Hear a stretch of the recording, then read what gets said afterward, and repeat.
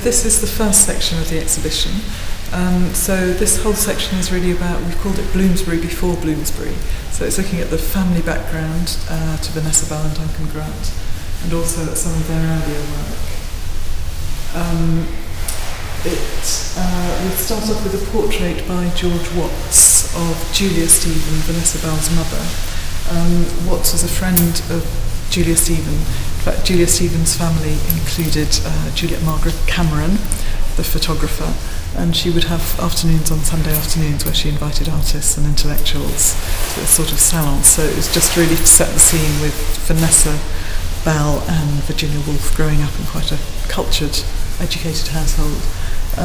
We have two portraits of Vanessa Bell, one dating from 1902 and then Duncan Grant in 1912, so showing them as young artists just as they begin their careers, really, particularly Vanessa Bell. And it goes on then to early paintings by Vanessa Bell, and around the back of the room, early paintings by Duncan Grant. If we come through to the second section, this section we've called the exotic, the oriental and the ornamental, and we have a wall which really looks at photographs that were in the collection of Duncan Grant's parents and also some in the collection of Duncan Grant himself.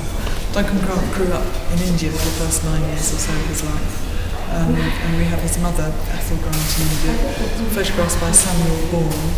All of these have come from the collection at Charleston, and we're interested in showing the decorativeness of the architecture which appears in some of their works that were painted in the early 1910s.